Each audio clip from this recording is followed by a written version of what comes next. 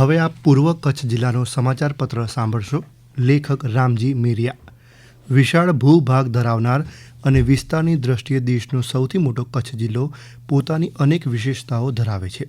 દેશની આઝાદી પૂર્વે કચ્છ એક રાજ્ય હતું જેની પોતાની ઘણી વિશેષતાઓ પણ હતી.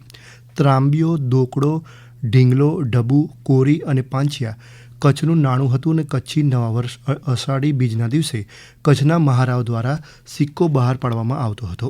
સામાન્ય રીતે દિવાળીના બીજા દિવસે નવું વર્ષ ઉજવવામાં આવે છે, જ્યારે કચ્છી નવા વર્ષ તરીકે અષાઢ માસના બીજા દિવસે કચ્છી નવું વર્ષ ઉજવવામાં આવે છે.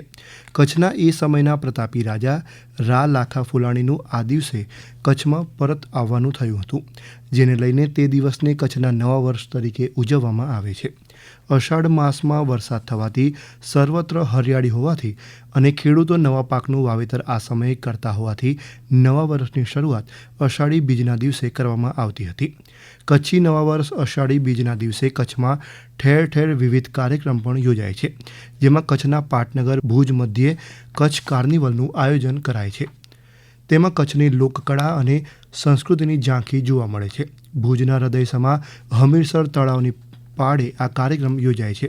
આ ઉપરાંત પૂર્વ કચ્છના રાપર મધ્યે રવિ ભાણ સંપ્રદાયની પરંપરાના સંત ત્રિકમ સાહેબના સમાધિ સ્થાન દરિયા સ્થાનથી રથયાત્રા યોજવામાં આવે છે, જે ત્રિકમ વીરડે સભામાં ફેરવાય છે, જ્યાં વાગડ વિસ્તારની સંસ્કૃતિના દર્શન પણ થાય છે. કચ્છ અને કચ્છ બહાર દેશ વિદેશમાં વસતા કચ્છીઓ જ્યાં પણ રહે છે ત્યાં ખૂબ જ ઉત્સાહભેર કચ્છી નવા વર્ષની ઉજવણી કરવામાં આવે છે અને એકમેકને તમામ લોકો શુભેચ્છાઓ પણ પાઠવે છે. અષાઢ માસમાં વરસાદની શરૂઆત થાય છે, જેથી કચ્છીઓમાં વરસાદને લઈ અનેરો આનંદ જોવા મળે છે. આ વર્ષે હજુ કચ્છમાં જોઈએ તેટલો વરસાદ થયો નથી, આથી કચ્છના ખેડૂત અને માલધારીઓની મીટ આકાશ ભણી મંડાઈ છે. અષાઢી બીજના જો વરસાદ થાય તેને સુકન માનવામાં આવે છે. વરસાદ થાય તો ઘરે ઘરે લસ્સીના આંધણ મૂકવામાં આવે છે. કચ્છમાં વરસાદ થાય તો દેશ વિદેશમાં વસતા કચ્છીઓ વિદેશમાં મેઘલાડુ બનાવીને ઉજવણી કરતા હોય છે. આમ કચ્છમાં વરસાદનું અનેરું મહત્ત્વ રહેલું છે. સમગ્ર રાજ્યની સાથે સરહદી કચ્છ જિલ્લામાં પણ પ્રવેશોત્સવ ઉજવાઈ ગયો. શિક્ષણ એ ભવિષ્યનો પાયો છે. દરેક બાળકને શીખવા માટે સમાન તક મળે તે હેતુ સાથે એક પ્રોજેક્ટ દ્વારા સરકારના શાળા પ્રવેશોત્સવ અને કન્યા કેળવણી મહોત્સવ 2026 અંતર્ગત 5,500થી વધુ વિદ્યાર્થીઓને શૈક્ષણિક સામગ્રીનું વિતરણ કરાયું હતું. રાપર તાલુકાના 14 ગામમાં આવેલી 40 સરકારી શાળામાં વિવિધ કાર્યક્રમ પણ યોજાઈ ગયા. દેશના તમામ બંદરોમાં પ્રથમ ક્રમે રહેલા પંડિત દીનદયાળ બંદર સત્તામંડળ દ્વારા કાર્ગો પરિવહનમાં વધુ એક સફળતા હાંસલ કરવામાં આવી.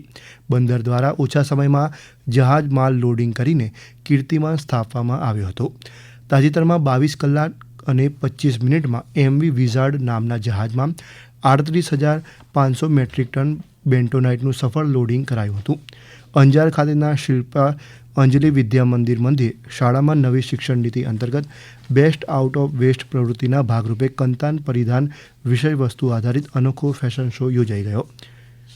વિદ્યાર્થીઓમાં સર્જનાત્મકતા અને કલ્પના શક્તિની જાગૃતિ તેમજ આત્મવિશ્વાસનો વિકાસ થાય તે હેતુથી આ કાર્યક્રમ યોજાયો હતો. ઘરમાં ઉપયોગ કરાયા બાદ બિનઉપયોગી ગણાતી કંતાનની બોરીઓમાંથી પણ આકર્ષક અને ઉપયોગી પરિધાન તથા વિવિધ સર્જનો તૈયાર કરી શકાય તેવો સંદેશ વિદ્યાર્થીઓ દ્વારા અપાયો હતો. આજના આધુનિક યુગમાં ફેશન એ માત્ર દેખાવો પૂરતો નથી, પરંતુ તેમાં સર્જનાત્મકતા અને પર્યાવરણ પ્રત્યેની જવાબદારી તેમજ નવીન વિચારસરણીનો સમન્વય પણ જોવા મળે છે તેવું આ પ્રવૃત્તિમાંથી શીખવા મળ્યું હતું. હમણાં જ આ પૂર્વ કચ્છ જિલ્લાનો સમાચાર પત્ર સાંભળી રહ્યા હતા. લેખક રામજી મેરિયા. આ પ્રસારણ આકાશવાણીના અમદાવાદ વડોદરા કેન્દ્ર પરથી કરવામાં આવ્યું.